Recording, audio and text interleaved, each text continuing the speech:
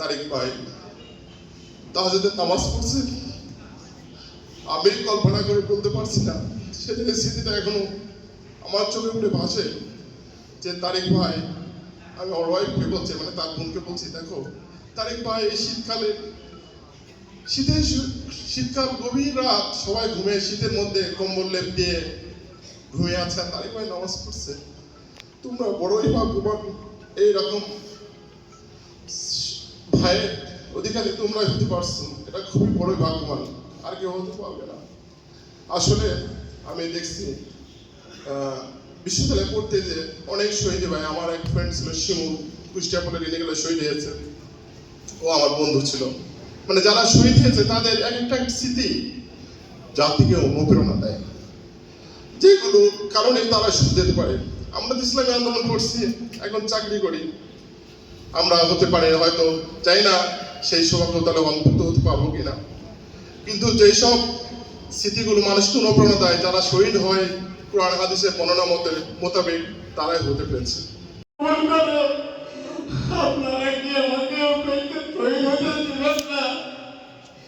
চিন্তা করেন, তারিখ মনে হইলো আমাকে যদি শহীদ হিসেবে কবুল করে আপনারা কি হইতে দিলেন না? যে ভাইরা, সে বলেছিল যে আমার উপরে যে দায়িত্বটা অর্পণ করা হয়েছে, দায়িত্বটা কাকে দেবো, যে আমি শহীদ দাঁড়াবো, আমার পক্ষে সম্ভব না।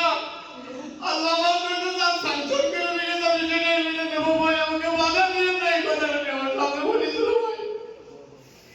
তার থেকে আমি একটা শিক্ষা পেলাম, সে দায়িত্ব পালনে অনাথ ছিল, তার অনেক স্মৃতি আমার জীবনে জড়িয়ে রয়েছে, কিন্তু কথা আপনাদের সামনে উপস্থাপন করতে পারলাম না। শুধু একটা কথাই আপনাদের সামনে তুলে ধরলাম, সে একটা অনার দায়িত্বশীল ছিল, এই জিনিসটা সে আমার সামনে তুলে ধরেছিল ওই দিন, আর সেটাই তার জীবনে বাস্তবায়ন হয়েছে। আমি তাকে বলতাম, তারিক তুমি এত ছটফট করছো কেন, এত দ্রুত করছো কেন?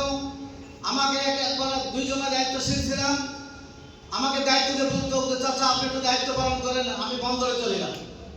বড় অবাক লাগে যে তারিক মোহাম্মদ সাইফুল্লাহ আমাকে দায়িত্ব দিয়ে আবার বন্দরের মোড়ে চলে গেছে। বন্দরের মোড়ের থেকে যখন আবার চলে গেছে রাজনগর মোড়ে, এমনি করে উদ্দীপনা নিয়ে এবং অত্যন্ত ধৈর্য এবং সহনশীলভাবে আমাদেরকে নেতৃত্ব দিয়ে আমাদেরকে এই সংগ্রামের সঙ্গে শরীক করেছিলেন।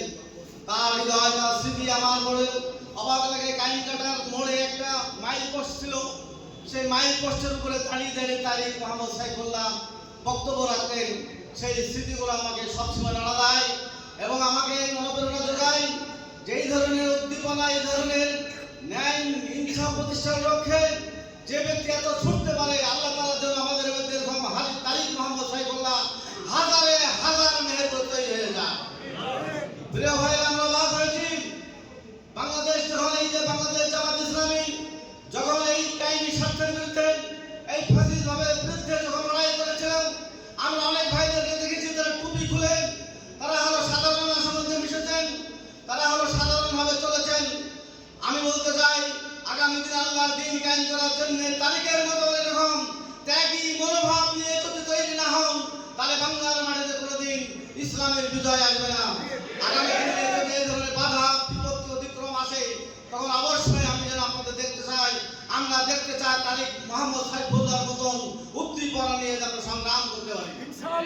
ভাই, আর একটা স্মৃতিচারণ হয়, ওই দিন আমাদের যেদিন সে শহীদ হয়ে গেল, শহীদ হওয়ার পরে ওই নাহিদ সাহেব যে ছিল এসপি, সে ডিক্লেয়ার দিল যে তোমরা অল্প সময়ের মধ্যে এখানে তোমরা হলো জানাজা অনুষ্ঠান করবা। সে জানাজা অনুষ্ঠান করার আগে আমরা তারিক মোহাম্মদ সাইফুল্লাহর সঙ্গে মৃত্যুর মাত্র কয়েক ঘন্টা আগে কলেজ মোড়ে মিশুক ওয়েল্ডিং এর দোকানে দেখলাম তারিক মোহাম্মদ সাইফুল্লাহকে। আমি বললাম, তারিক মোহাম্মদ সাইফুল্লাহ, তুমি এখানে কেন? তুমি অতি শীঘ্রই তুমি মেহেরপুর শহর পাওয়া দেখো, মেহেরপুর শহর তুমি বের হয়ে চলে যাও। এটাই হলো আমার তারিখের সঙ্গে শেষ কথা। তারপরে কিছুক্ষণ পরে শুনলাম বিকালের দিকে ইসলামী ব্যাংকের পাওয়াদেশ থেকেই এই কাহিনী সামনে ফাঁসিবাদের এক কর্মী, তাকে হলো একদল অনুসন্ধান করে তাকে ধরে দেওয়ার ব্যবস্থা করেছিল। আল্লাহ তাআলা তাদের জন্য হেদায়েত করুক, আর যদি হেদায়েত না হয় আল্লাহ তাদের সমস্যা আল্লাহ তাআলা জবাব দিন। প্রিয় ভাইরা, নাহিদ সাহেব বলেছিল যে জানাজা অতি তাড়াতাড়ি করতে হবে, জামাতে কোনো নেতৃবৃন্দ থাকতে পারবে না। আমি বহুত কষ্টে হলো সেই জানাজা অংশগ্রহণ করেছিলাম এবং আমাদের নেতৃবৃন্দ চারিদিক থেকে সেখানে যত তাড়াতাড়ি করতেছিল।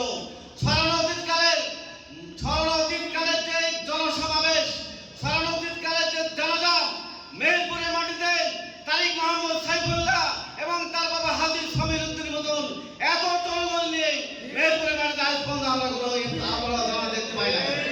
ভাইরা, তৌফিক যখন বক্তব্য রাখতে রাখতে যখন একদম আবেগপ্রবণ হয়ে গেল, আমি পিছনে তার থেকে দাঁড়িয়ে বললাম, তৌফিক তুমি আবেগপ্রবণ হয় না, তুমি তাড়াতাড়ি এদিকে সমাপ্ত করো।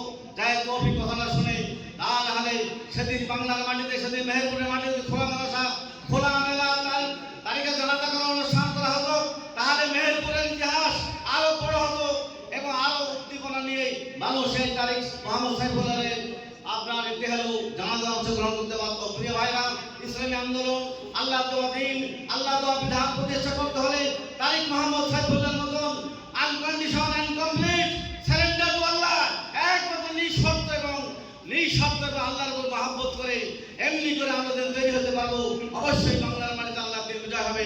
আমি আমার এই কথা বক্তব্য শেষ করছি। ও আখিরি দাওয়ানা আলহামদুলিল্লাহ রাব্বিল আলামিন কবুল করে নাও। আমিন। আল্লাহ তাআলা আমাদের হাতের মাধ্যমে আমার ভাইয়ের ভুল ত্রুটি যদি থেকে থাকে আল্লাহ তাকে ক্ষমা করে তুমি জান্নাতে নিবাসী করে দাও। আল্লাহ আমার ভাইয়ের রক্তের মাধ্যমে মেহেরপুরে তুমি ইসলামী আন্দোলন আখিরি দাওয়ানা আলহামদুলিল্লাহ। একদিন গভীর রাত, সমগ্র শীতকালের রাত, মাঘ মাস, আপনারা জানেন মেহেরপুরে প্রচন্ড শীত পড়ে। তো শীতে আমি ওয়াশরুমে উঠছি, তারিক ভাই তাহাজ্জুদের নামাজ পড়ছে।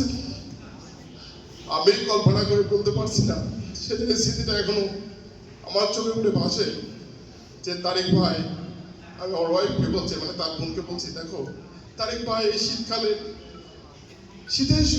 শীতকাল গভীর রাত, সবাই ঘুমিয়ে, শীতের মধ্যে কম্বল লেপ দিয়ে ঘুমিয়ে আছে, তারিক ভাই নামাজ পড়ছে। তোমরা বড়ই ভাগ্যবান, এইরকম ভাইয়ের অধিকারী তোমরাই হতে পারছো, এটা খুবই বড় ভাগ্যবান, আর কেউ হতে পারবে না। আসলে আমি দেখছি বিশ্ববিদ্যালয়ে পড়তে যে অনেক শহীদ ভাই, আমার এক ফ্রেন্ড ছিল শিমুল, কুষ্টিয়া পড়ে রিজেগুলো শহীদ হয়েছে, ও আমার বন্ধু ছিল। মানে যারা শহীদ হয়েছে তাদের এক একটা স্মৃতি জাতিকে অনুপ্রেরণা দেয়, যেগুলো কারণে তারা সুখ দিতে পারে। আমরা তো ইসলামী আন্দোলন করছি, এখন চাকরি করি, আমরা হতে পারে হয়তো চাই না সেই সৌভাগ্য তাহলে অন্তর্ভুক্ত হতে পারবো কিনা, কিন্তু যেসব স্মৃতিগুলো মানুষকে অনুপ্রেরণা দেয়, যারা শহীদ হয় কোরআন হাদিসের বর্ণনা মোতাবেক, তারাই হতে পেরেছে। সম্মানিত ভাইরা, আমরা আল্লাহ অশেষ রহমত, আল্লাহ দরবার অশেষ শুকরিয়া জ্ঞাপন করছি এই যে আমরা তারিক ফাউন্ডেশন গঠন করতে পেরেছি। আমার শ্বশুর 2014 সালের 20 জানুয়ারি যখন তারিক ভাই মারা যান, তার পরবর্তী বছর শহীদ তারিক ফাউন্ডেশন গঠন করছে। ডকুমেন্টের জন্য আমরা এতদিন আত্মপ্রকাশ করতে পারিনি। আল্লাহর অশেষ রহমত যে আমরা আজকে আপনাদেরকে সকলকে নিয়ে আজকে তার এই মৃত্যুবার্ষিকী উপলক্ষে আলোচনা সভা, দোয়া এবং একজন ইসলামী আন্দোলনের বিশিষ্ট কর্মী খালেদ সাইফুল ভাইয়ের পিতা এই বইটা লিখছে। এখানে আপনি বইটা পড়লে অনেক কিছু জানতে পারবেন শহীদ তারিক সাইফুল্লাহ ভাইয়ের সম্পর্কে। এবং আমাকে একটু পরেই শহীদ তারিক, আমরা নামাজ পড়ে এই বসেছি, সেই সময় তারিক ভাই আমাদের ফোন দিল আমাকে, যে ভাই কি অবস্থা, যে ভাই টাকাটা তোলা হয়েছে, আছে এখানে। আমি মেডিকেলে তখন চাকরি করতাম, ওই মেডিকেলে থেকেই তারিক ভাই আমার সাথে টাকাটা নিল এবং আমাকে বলল যে ভাই আপনি যাবেন না। আমি বললাম যে ভাই এই যে এই ক্ষতিগ্রস্ত ফ্যামিলির এই ডাটাগুলা কেন্দ্রে পাঠাতে হবে, না হলে এই টাকাগুলো আরো কিছু সহযোগিতা করবে, সেটা দেরি হয়ে যাবে। তো ভাই আমাকে অন্যদিন আরেকটু বলে জোর করে, কিন্তু সেদিন আর আমাকে জোর করে বলবো না। শাহাদাতের তামান্না তাদের ছিল কি ছিল না, তারিখের আলোচনায় উঠে আসছে তার কথাগুলি, কিন্তু একটা মানুষের নাম কিন্তু সারা মেহেরপুরে মানুষের মুখে মুখে, কিংবা রিক্সাওয়ালা কিংবা ফেরিওয়ালা, তারিক এবং তারিক। তার কথা, সে অল্প বয়সে কি এত কাজ করেছিল যে সবার মুখে মুখে তারিকের নাম। কারণ মানব দরদি হতে গেলে পারে অনেক টাকা পয়সা লাগে, এটা যেমন ঠিক নয়, অনেক বড় মাপের মন হলে পারে সে কাজটি করা সম্ভব, সেটা তারিক অল্প সময় কিন্তু বুঝিয়ে দিয়ে গিয়েছিল। আমরা মনে করি একটা ট্রাস্ট যেহেতু গঠিত হচ্ছে মেহেরপুরে, এরকম নামে ট্রাস্ট নেই। দাওয়াতুল ইসলাম ট্রাস্ট যদি আমরা আমাদের সংগঠনের নামে গড়েছি, সেখান থেকে এখনো তেমন কিছু আমরা করে উঠতে পারিনি।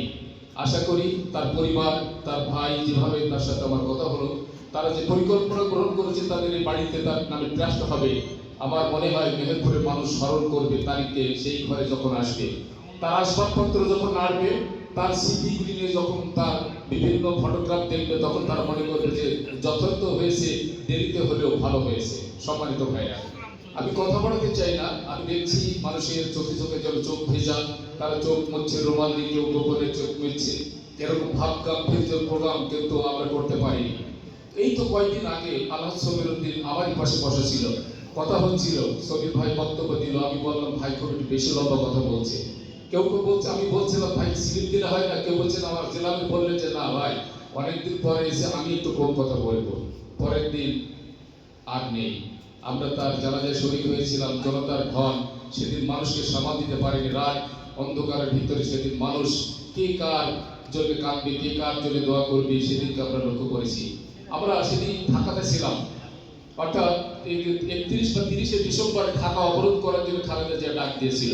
সেদিন মেহেরপুর থেকে আমি এবং মরহুম ফারুক হোসেন সেক্রেটারি, জেলা সেক্রেটারি, আমারই মোটরসাইকেল করে 10 মাইল রোড হয়ে চুয়াডাঙ্গা থেকে মোটরসাইকেল আমার বোনের বাড়ি রেখে আমরা বাসে চড়ে ঢাকায় গিয়েছিলাম। ঢাকাতে অনেকদিন ছিলাম, ওখানেই শুনলাম যে তারিক সাইফুল্লাহ গ্রেপ্তার এবং রাত্রে বেলা শুনছি ইন্তিকাল করেছে, তাকে গুলি করা হয়েছে। ফারুক ভাইকে বললাম ভাই দুই ভাইকে এক জায়গায় আর থাকা ঠিক হবে না, আপনি একটু যদি বন্ধু বান্ধব থাকে দূরে যান, আমি একটু দূরে চলে যাই, যদি কোনো খবর আসে তাহলে কিন্তু সমস্যা হতে পারে। ফারুক ভাই আমাকে ছেড়ে যেতে চাচ্ছিল না, কারণ আমার সাথে ফারুকের সম্পর্ক জেলা সংগঠন, উপজেলা, ইউনিয়ন সবাই জানে আমির আর সেক্রেটারি সম্পর্ক কেমন হয়, আমি তা দেখেছিলাম। সম্মানিত ভাইরা, আজকের অনুষ্ঠানে আমি সকলের জন্য, বিশেষ করে তারিক সাইফুল এবং তার পরিবারের যে ত্যাগ, যে কোরবানি হয়েছে, যাওয়ার সুযোগ হতো। আমি শুধু একটি দিনের স্মৃতি আপনাদের সাথে উচ্চারণ করতে চাই। অসংখ্য স্মৃতি ভাইয়ের সাথে আমার ছিল। সম্ভবত 14 জানুয়ারি আমি আর তারিক ভাই আমাদের জেলা সাংগঠনিক বৈঠক শেষ করে হালদার পাড়ার ভিতর দিয়ে, তখন খুব বাজে অবস্থা সারা দেশের সিচুয়েশন, একজন পুলিশ কর্মকর্তা, এখন তিনি মেহেরপুরে আছেন, আমাদেরকে দেখে বললেন যে তোমরা এখনো মেহেরপুরে কি জন্য আছো, তোমাদের ব্যাপারে গতকালকে সিদ্ধান্ত হয়েছে যে ধরলেই তোমাদেরকে গুলি করা হবে। আমি তারিক ভাইকে বললাম ভাই আমার সামনে 16-17 তারিখে সদস্য বৈঠক আছে, বৈঠকটা শেষ করে চলুন আমরা একটু বাইরে যাই। বললেন আমি যাবো না, আপনি যান। এইটাই ছিল তার অনুভূতি শহীদের। এই ইসলামী আন্দোলনের রক্তাক্ত মেহেরপুর জনপদের যতগুলো আন্দোলন সংগ্রাম হয়েছে, তারিক সাইফুল ইসলাম ভাই কামকাটা মোড়, বন্দর এবং রাজনগরের প্রত্যেকটা আন্দোলনের শরীক হতো। আপনারা জানেন যে বন্দর এবং কামকাটা মোড়ের নির্ধারিত সময়ের ভিতরে প্রোগ্রাম শেষ হলেও রাজনগরের অবরোধটা কিন্তু সারাদিন বিরাজ হতো। তো ভাই এখানে শেষ করে আমাদের সাথে শরীর হয়ে যেত। প্রথমে যখন আন্দোলনের সূত্রপাত হয় রাজনগর অঞ্চল থেকে, তখন ভাই এবং তৌফিক এরা দুজনেই মানে যশত বাধা উপেক্ষা করেও আমাদের মাঝে উপস্থিত হয়ে যেত।